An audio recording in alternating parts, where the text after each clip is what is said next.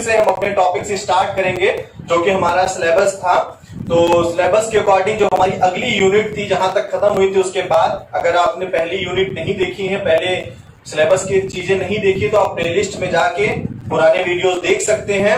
ये सारी live classes चलती हैं, आप लोग जैसे जुड़ते जाइएगा, लाइक और कमेंट करते जाइएगा, ठीक है। और फिर हम लोग जो भी अपना सिलेबस था, जो उसकी अगली यूनिट थी, उसमें जैव विविधता यानी बायोडायवर्सिटी अगली यूनिट है, अगला चैप्टर है। इसकी बात आज हम लोग करेंगे कि जैव विविधता होती क्या है, जैव विविधता में क्या क्या चीजें हमें पढ़नी है, क्या संरक्षण किया जाता है, इन सभी चीजों को हम आज जैव विविधता में पढ़ेंगे। आप लोग जैसे जुड़ते जाइएगा, कमेंट और लाइक करते जाइएगा ताकि पता चले कि कितने लोग जुड़ रहे हैं, ठीक है। तो जैसे आप लोग जुड़ते जाइएगा, कमेंट करते जाइएगा, ध्यान दे रहे हैं। तो ठीक है, हम शुरुआत करते हैं आज के अपने चैप्टर की कि जैव विविधता होता क्या है। देखिए, ऐसा परितंत्र जो हम लोग पढ़ चुके हैं परितंत्र के बारे में, ऐसा परितंत्र जहां जीवों की प्रजातियां अधिकतम मात्रा में पाई जाती हैं, अधिक मात्रा में पाई जाती है। सीधी सी बात में हम करें कि जहां जीवों की प्रजातियां अधिक मात्रा में पाई जाती हैं, वही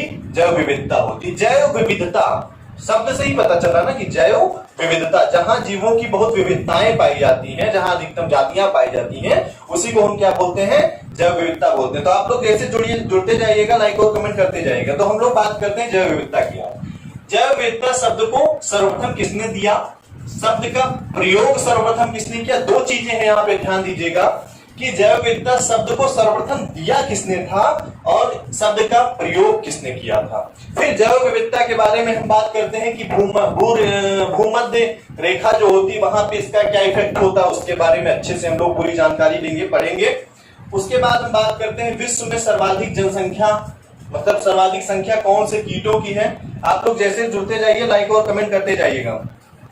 उसकी बात करेंगे प्रवाल भित्तियां क्या होती हैं, तो इनकी बात करेंगे कि क्या होती है प्रवाल भित्तियां, सबसे बड़ी कहां पे है, इनकी बात करेंगे। आर्द्र भूमि क्या होती है, ठीक है, आर्द्र भूमि की बात करेंगे।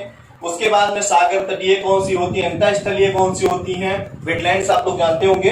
फिर कच्छ और ज्वारीय मैंग्रोव क्या होते हैं, सुंदरवन कैसा है, क्या है, फिर रामसर सम्मेलन क्या होता है, आर्द्र भूमि के बारे में जितनी भी चीजें होती हैं, आर्द्र भूमि दिवस कब मनाया जाता है उसके बारे में बात करेंगे। सघन वन क्या है, हॉटस्पॉट क्या होते हैं, यानी सीधी सी बात हम करें तो जैव विविधता के बारे में सारी चीजें हमें आज एक एक करके पढ़नी है। तो चलिए, जो आप लोग जैसे जैसे जुड़ते जाइए, लाइक कमेंट करते जाइएगा। हम लोग शुरुआत करते हैं। जैव विविधता शब्द को सर्वप्रथम किसने दिया था, तो जो सर्वप्रथम शब्द दिया था वो दिया था एडवर्ड विल्सन, नाम है इनका। हम लोग इसको यहीं पे लिख लेते हैं, जैव विविधता मिटा करके। जैव विविधता सर्वप्रथम को किसने दिया था, सर्वप्रथम किसने दिया था, एडवर्ड विल्सन इनका नाम था, एडवर्ड विल्सन ने दिया था। हम लोग पढ़ रहे हैं क्या आज, बायोडायवर्सिटी।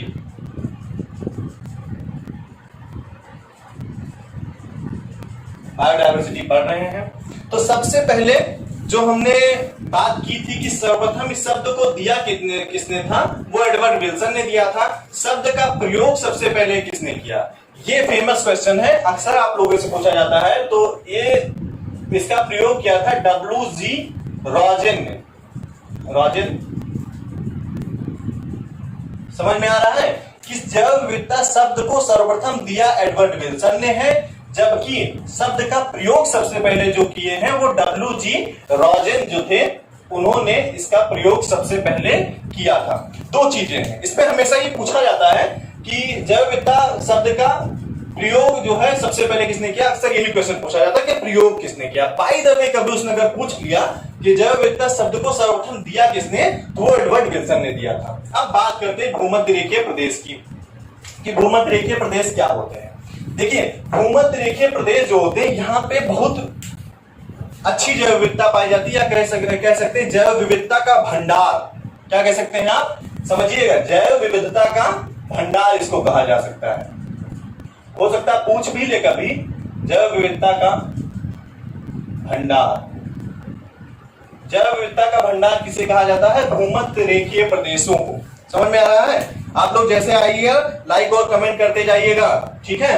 तो सबसे बड़ी बात हम कर रहे थे भूमध्य रेखीय प्रदेश में जैव विविधता का भंडार। अब समझते हैं कि भूमध्य रेखीय प्रदेश होते क्या हैं और यहाँ पे जैव विविधता अधिक मात्रा में पाई क्यों जाती है। तो आइए हम यहाँ पे समझते हैं। ये हमारा मान लीजिए, ये हमारी मान लीजिए पृथ्वी है, ये हो गया ग्लोब, ठीक है। यहाँ पे होती है भूमध्य रेखा, ये होती भूमध्य रेखा जिसे हम लोग विषुवत रेखा भी कहते हैं।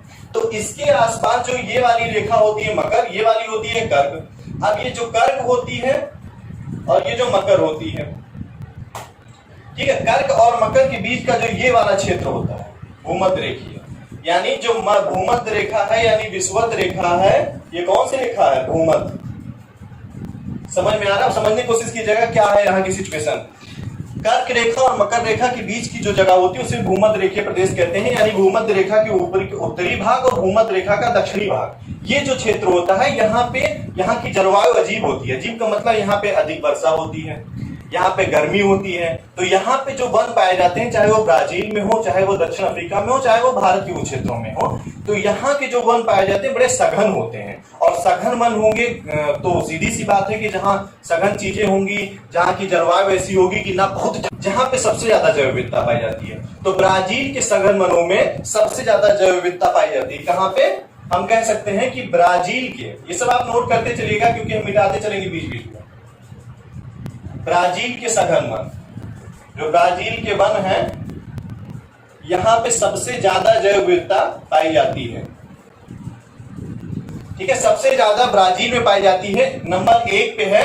तो नंबर 2 पे इंडिया भी हमारा कम नहीं इस मामले में। समझ में आ रहा है ना कि भारत के जो वन हैं, भारत के सघन वन बहुत तो नहीं है यहाँ पे, लेकिन जितने भी सघन वन है भारत के, इनमें ब्राजील के बाद सबसे ज्यादा अगर जैव विविधता कहीं पाई जाती है तो भारत के वनों में भी पाई जाती है ब्राजील के बाद। यानी अगर आपसे कभी प्रश्न पूछता है कि सबसे ज्यादा जैव विविधता पाई जाती है ब्राजील में, तो उसके बाद दूसरे नंबर पर कहां पाई जाती है, कुछ भी घुमा के पूछता है तो आपको ये पता होना चाहिए कि उसके बाद सबसे ज्यादा जैव विविधता जो है वो कहां पाई जाती है, ब्राजील में सबसे ज्यादा पाई जाती है। 2 नंबर में भारत के सघन वन जितने वहां पे पाई जाती है, ठीक है। तो हम लोग अगर जैव विविधता की बात करते हैं तो ये 2 चीजें 3 चीजें हमें अच्छे से समझ में आ गई है, सघन वनों की बात समझ में आ गई है।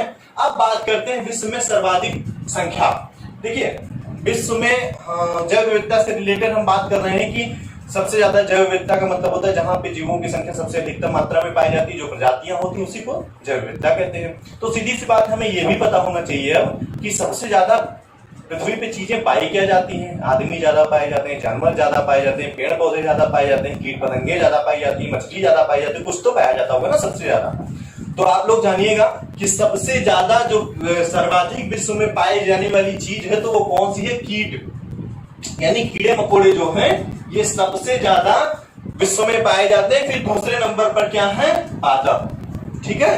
तो ये क्वेश्चन पूछा जाता है कि सबसे ज्यादा सर्वाधिक संख्या में विश्व में क्या चीज पाई जाती है, तो वो कीट पाई जाती है। और फिर उसके बाद दूसरे नंबर पे क्या पाया जाता है, तो वो पादप पाया जाता है, ठीक है। कुछ लोग आ गए हैं, तो जैसे आप लोग आ गए हैं और लोग अगर जुड़ते जाएं तो लाइक और कमेंट करते जाइए। गुड इवनिंग सभी को।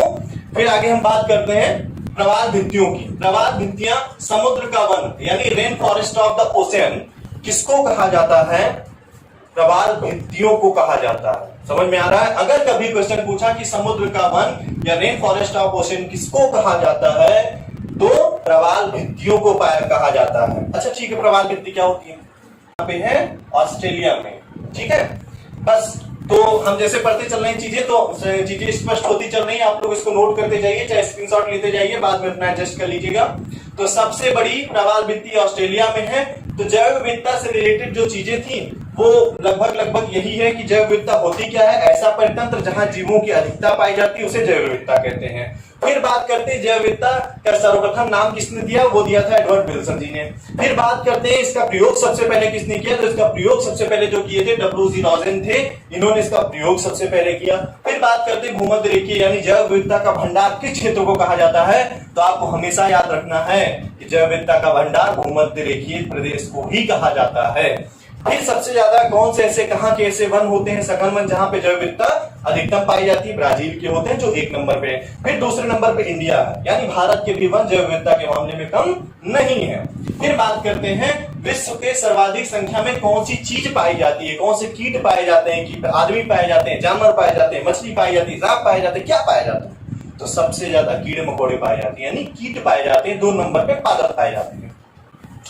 फिर बात करते हैं प्रवाल भित्तियों की। आप लोग जान गए समुद्र का वर्षावन, यानी समुद्र की जो चीजें होती हैं उनको प्रवाल भित्तियों से हमने बात की। Rain forest of the ocean कहा जाता है प्रवाल भित्तियों को। सबसे बड़ी कहाँ की है? ऑस्ट्रेलिया की। आप लोग जुड़ते जाइए, लाइक करते जाइएगा।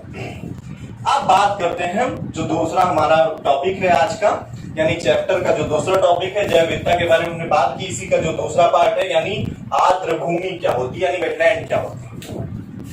देखिए ये 2 तरीके के होते हैं, एक होता है सागर तटीय, एक होता है अंतःस्थलीय। सागर तटीय जो आर्द्र भूमि होती है, वेटलैंड होते हैं, जैसे एग्जांपल है कच्छ का।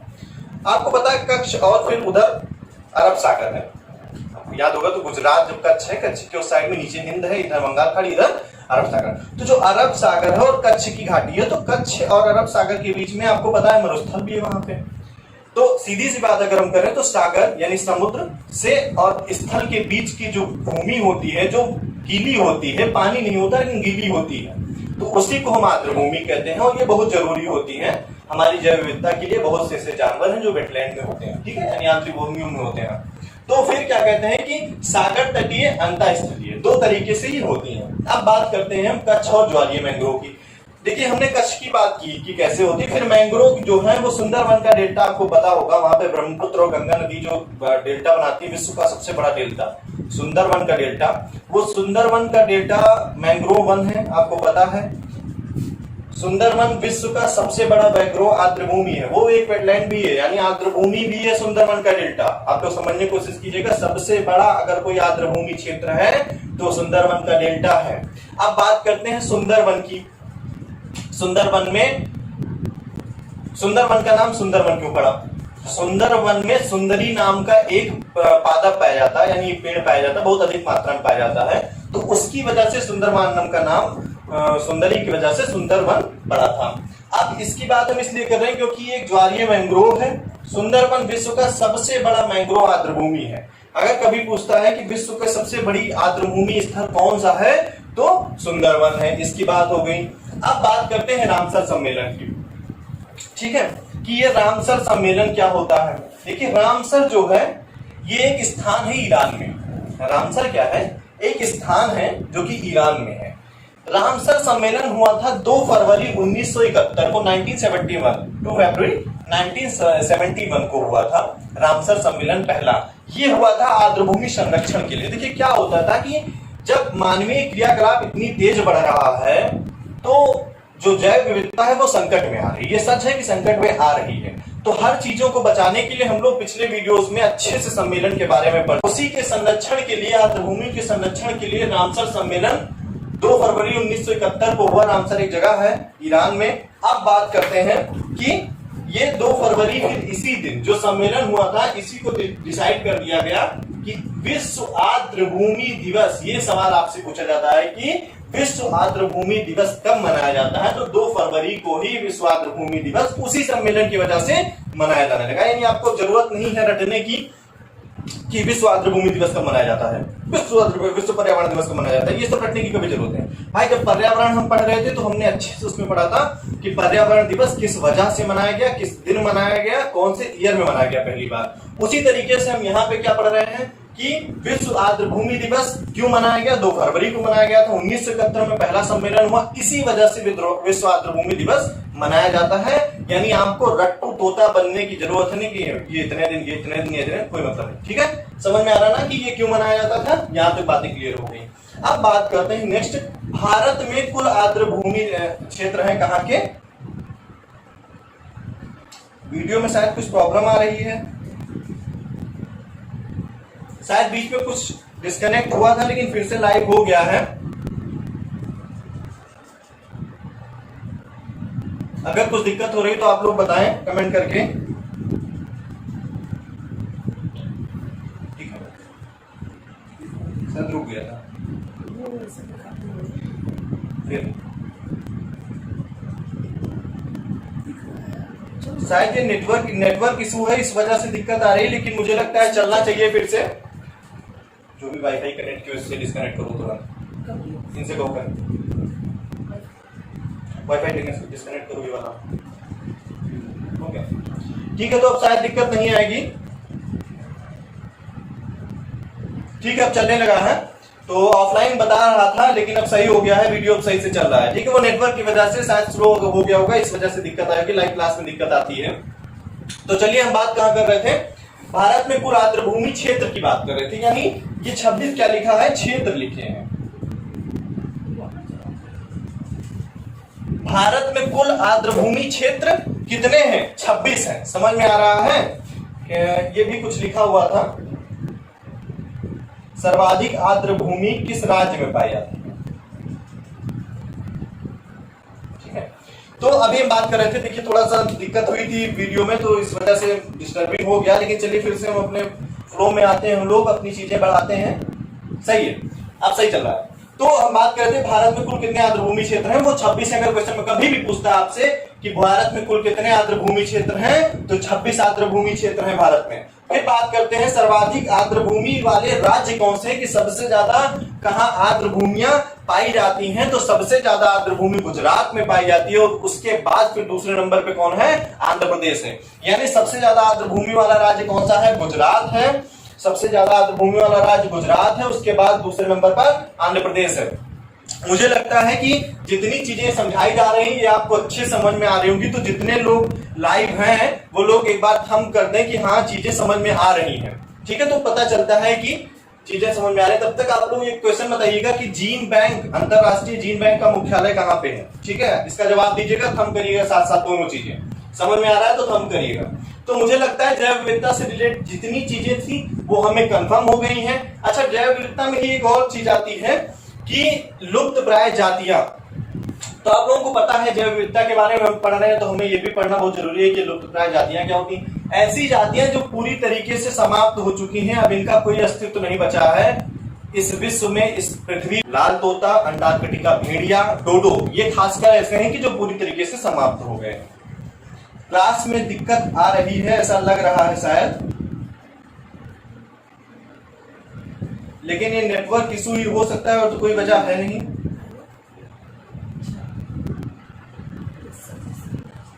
चलिए ठीक है,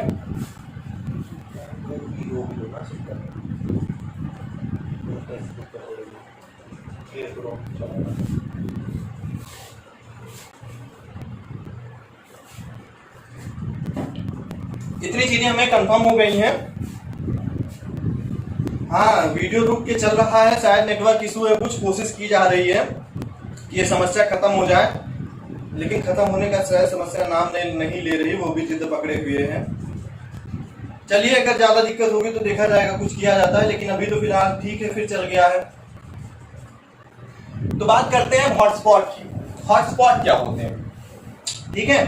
तो हॉटस्पॉट को अगर हम सीधी सी लैंग्वेज में अगर बोले तो वो स्थान, वो ऐसे स्थान जहां पे जीवों की स्थानीय जातियां, मतलब जो जीव होते हैं, जीव जंतु होते हैं, वो जो लोकल होते हैं, मतलब जीवों की प्रजातियां जो स्थानीय प्रजातियां होती हैं, अधिकतम मात्रा में पाई जाती हैं, लेकिन वर्तमान में उनके ऊपर संकट गहराया हुआ है, वो खत्म हो रही है। तो ऐसी जगह को क्या बोलते हैं, हॉटस्पॉट बोलते हैं। समझ में आ रहा है ना आप लोगों के?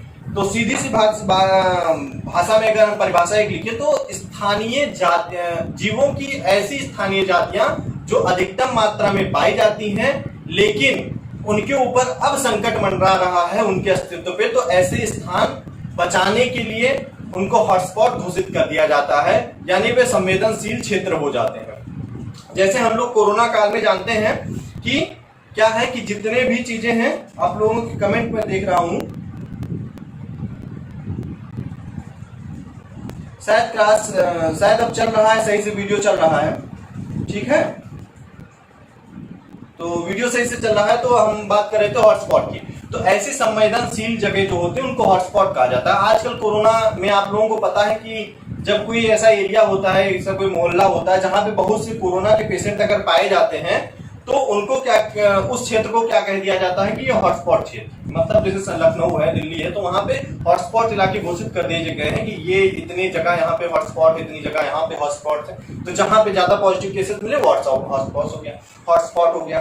तो अब इसी तरीके से हम बात करते हैं जैव विविधता में कि हॉटस्पॉट होता क्या है। तो जहां पे स्थानीय जातियां हैं लेकिन उनकी संख्या में दिक्कत आ रही है, उनकी प्रजातियों पे संकट मंडरा रहा है, तो उनको संरक्षित करने के लिए, उनको बचाने के लिए उस क्षेत्र को हॉटस्पॉट घोषित कर दिया गया, जिसकी वजह से वहां पे देखभाल अच्छी की जा सके। तो बात करते हैं हॉटस्पॉट की, जहां स्थानीय जातियों की अधिकता वाले क्षेत्र, जहां इन जातियों के अस्तित्व पर संकट है, उसी को कहा जाता है। आपको पता चल गया हॉटस्पॉट शब्द, ठीक है।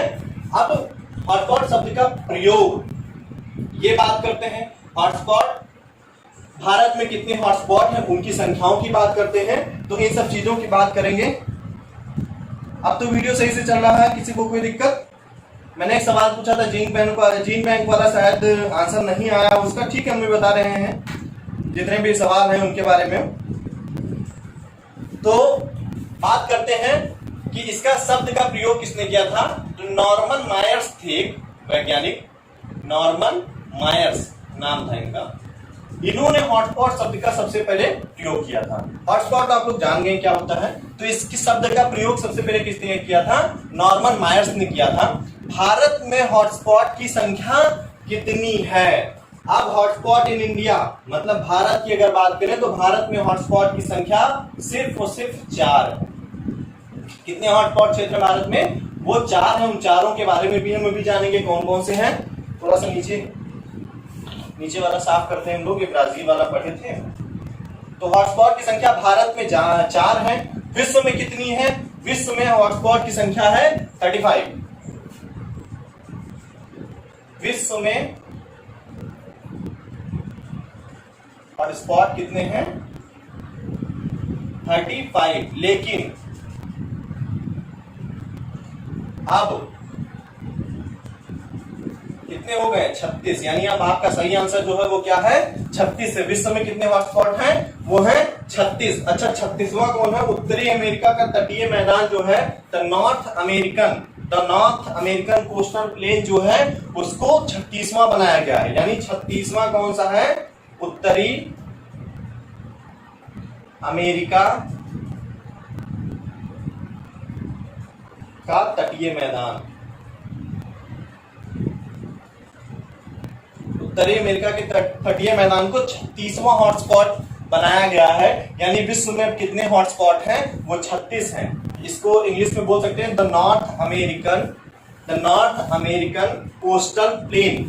The north American coastal plain है जो उत्तरी अमेरिका का तटीय मैदान है। इसको जो है 36वां हॉटस्पॉट बना दिया गया है। भारत के अगर 4 हॉटस्पॉट की बात करते हैं तो भारत के जो 4 हॉटस्पॉट है, ये वो है हिमालयी क्षेत्र है, यानी पूर्वी हिमालय, पश्चिमी घाट, म्यांमार भारत सीमा और सुंडालैंड। आप लोगों को कोई, ठीक है। तो भारत के जो 4 हैं वो कौन कौन से हैं, ये है पूर्वी हिमालय। पूर्वी हिमालय से एक चीज और आपको बता देते हैं, पूर्वी हिमालय से भारत की जैव विविधता का द्वार किसे कहा जाता है। भारत की जैव विविधता का द्वार जो है पूर्वोत्तर भारत को कहा जाता है। ठीक है, पूर्वी हिमालय से एक सवाल इससे एक याद आया कि भारत के जैव विविधता का द्वार किसे कहा जाता है। भारत की जैव विविधता का द्वार किसे कहा जाता है, तो आप लोग जानिएगा पूर्वोत्तर भारत को। पूर्वोत्तर भारत को,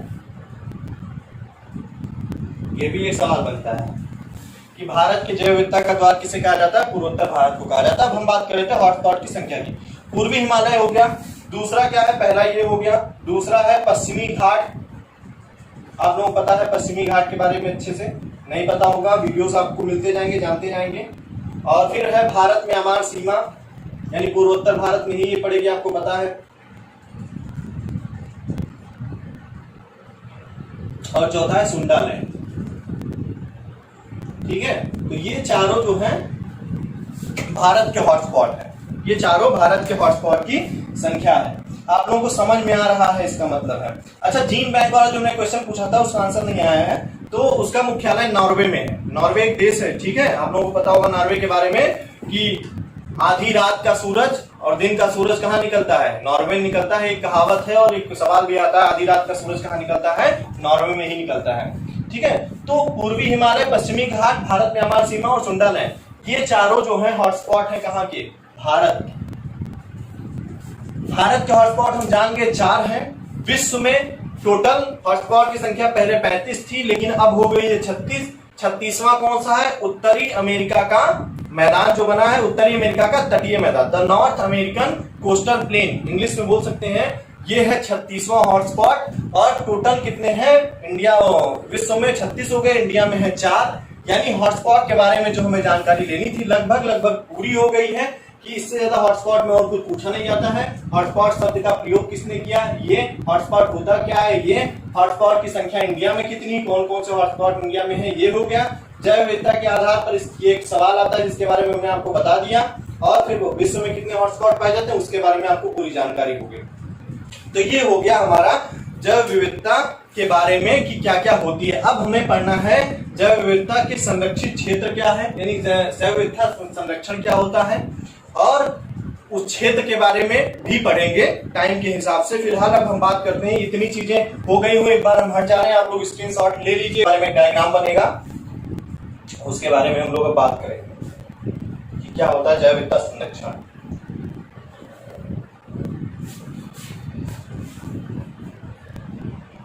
एक बात जितने लोग देख रहे हैं, तो मैंने पूछा है कि अगर क्लास समझ में आ रही हो तो आप लोग थंब कर दीजिए। तो जितने लोग हैं वो लोग केवल अंगूठे का निशान थंब करके भेज दीजिए, जितने लोग देख रहे हैं, ठीक है, कि हाँ समझ में आ रहा है। अगर आपके मन में कोई सवाल चल रहा है कि ये सवाल हमें पूछना चाहिए, तो भी आप लोग पूछ सकते हैं, ठीक है। अब बात करेंगे हम लोग जैव विविधता संरक्षण की।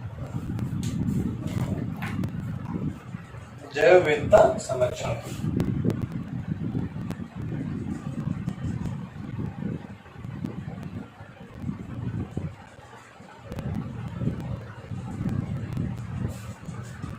ये होता है 2 तरीके से। इसको एक कहा जाता है इन सीटू कंजर्वेशन, और दूसरा क्या होता है एक्स सीटू कंजर्वेशन, यानी स्वस्थाने और बाह्य स्थाने। हिंदी में बोला जाता है स्वस्थाने बाह्य स्थाने। इन सीटू को कहा जाता है स्वस्थाने और एक्स सीटू को कहा जाता है बाह्य स्थाने। ये 2 तरीके से संरक्षण इसका किया जाता है। अब इन सीटू क्या होता है और एक्स सीटू क्या होता है? इन सेटू वो होता है जब जीव जंतुओं को या पेड़ पौधों को या चिड़िया को, जिन भी चीजों का संरक्षण करना हो जैव विविधता में, तो जब उन चीजों को उनके ही स्थान पर संरक्षित किया जाता है। आप समझने की कोशिश कीजिएगा कि जब जीवों को, जंतुओं को, जिनका भी हमें संरक्षण करना है, उनके स्थान पे ही उनका संरक्षण किया जाता है, तो उस चीज को हम स्वस्थाने बोलते हैं, यानी अपने स्थान पे, यानी इन सीटू।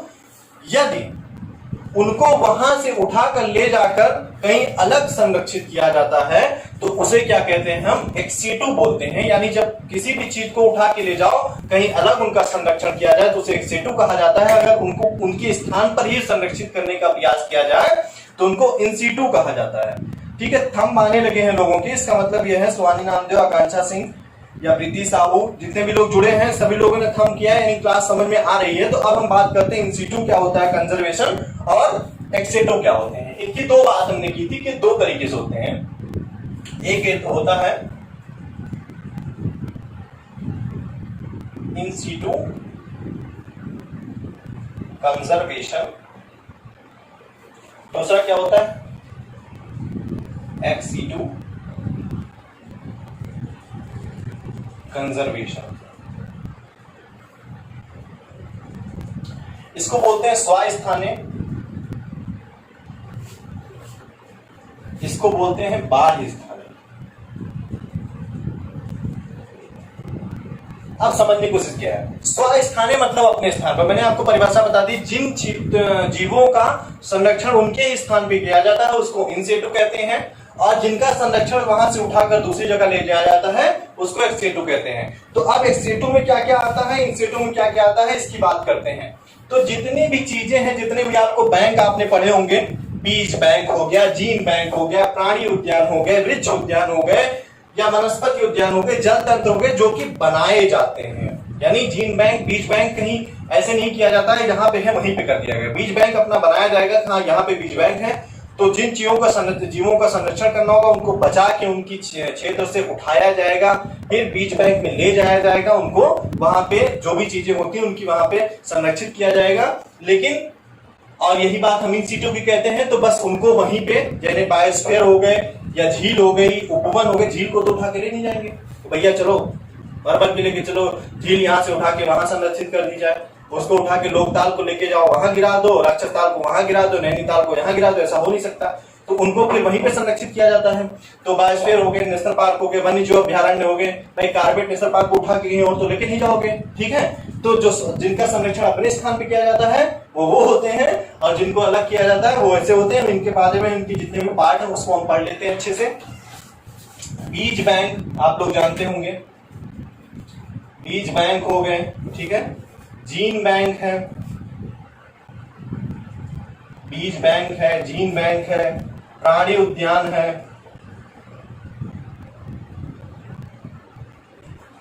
वनस्पति उद्यान है,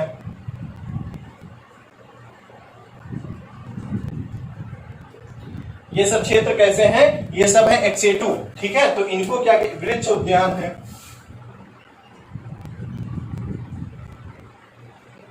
अच्छा, आप कंफ्यूजन थोड़ा सा होगा, नेशनल पार्क क्या होता है, वृक्ष उद्यान भी तो वही है।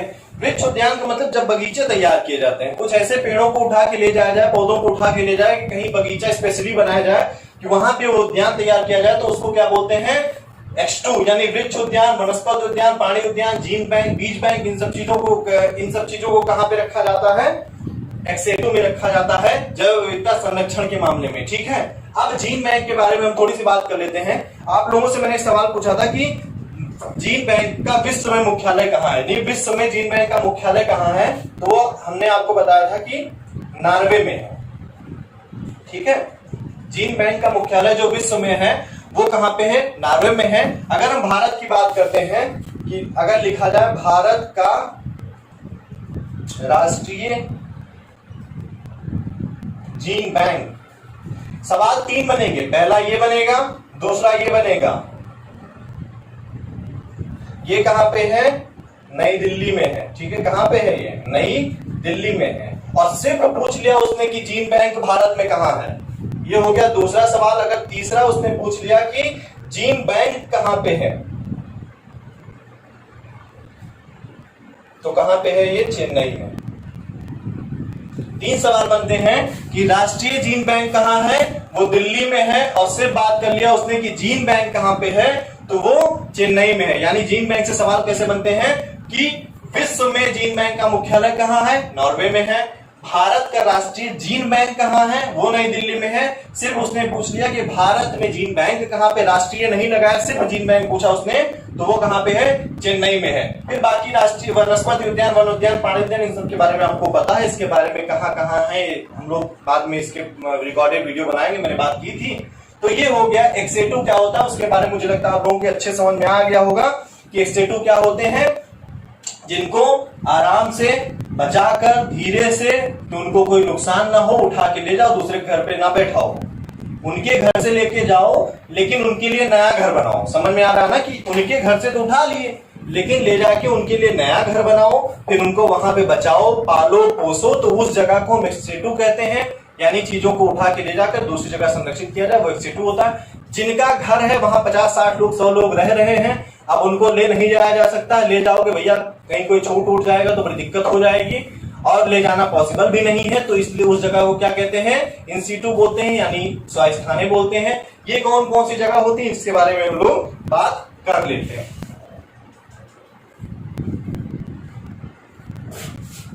इन सीटू कंजर्वेशन क्या होता है, ठीक है।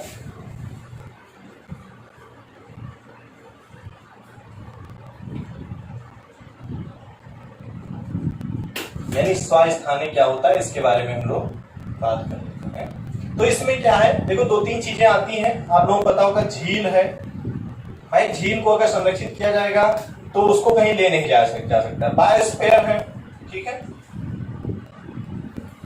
बायोस्फीयर जितने हैं इनको भी कहीं नहीं ले जाया जा सकता, ये भी इसी में आते हैं। और नेशनल पार्क जितने हैं, 3 ही बन रहा,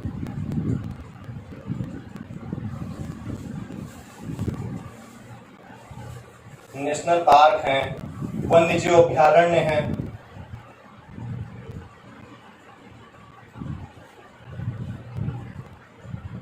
ये सब क्या होते हैं, एक्सेटू हैं। ठीक है, अच्छा एक और को सवाल है, जीन बैंक जान गए, राष्ट्रीय जीन बैंक जान गए, एक सवाल है डीएनए बैंक कहां पे है, ये भी इसी से रिलेटेड इसलिए हमने पूछ लिया। डीएनए बैंक कहां पे, जिसको पता हो आंसर दे। डीएनए बैंक कहां है, कमेंट कीजिए कि डीएनए बैंक कहां पे है। बाकी हम लोगों ने जितनी चीजें बची पढ़ी है, मुझे लगता है आपके बहुत अच्छे से समझ में आ गई होगी। हम लोग आगे क्या पढ़ेंगे, कोर जोन क्या होता है, बफर जोन क्या होता है, इन चीजों के बारे में हम लोग कल अच्छे से पढ़ेंगे, क्योंकि उसको खत्म करने में टाइम लगेगा। कुछ बातें हैं, अभी हमने एक सवाल पूछा है, कुछ बातें मैंने एक सवाल पूछा, डीएनए बैंक कहां पे है, उसका आंसर अभी आया नहीं है। चलिए आप लोग आंसर दीजिए, तब तक मैं बता देता हूं डीएनए बैंक कहां पे है। तो डीएनए बैंक है लखनऊ में। ठीक है, बस तो क्लास हम लोग यहीं ओवर करेंगे। तो चीजें जैसे चल रही थी सिलेबस के अकॉर्डिंग हम आगे बढ़े हैं। अगला जो चैप्टर था जैव विविधता, उसके बारे में हमने डिस्कस किया। कुछ चीजें इसमें बची हुई जिसके बारे में हम लोग कल पढ़ेंगे। जैव विविधता की कुछ चीजें छोटी उसको पढ़ेंगे, और प्रदूषण का चैप्टर हम लोग कल पढ़ेंगे। और आप लोग ध्यान से इसको देखते जाइए, पढ़ते जाइए, सवाल यहीं से बनेंगे। बाद में जो चीजें छूट भी जाती हैं बाय द वे, तो उसको हम लोग क्वेश्चन आंसर के थ्रू बाद में सॉल्व कर लेंगे। मन लगा के पढ़ो, ध्यान से, बस सोच लो कि हमें जब निकालना तो बस निकल जाएगा। ये मत सोचना कि नहीं निकल पाएगा। तो जब ठान लिए हैं कि हमें ये शिक्षक बनना है, टीचर बनना है, या ऐसी वैकेंसी ये निकालनी वो निकालनी, तो निकल जाएगी। समझ में आ रहा है? तो आज की क्लास हम लोग यही वाइंड अप करते हैं, खत्म करते हैं। कल फिर से मिलेंगे। Okay, thank you class.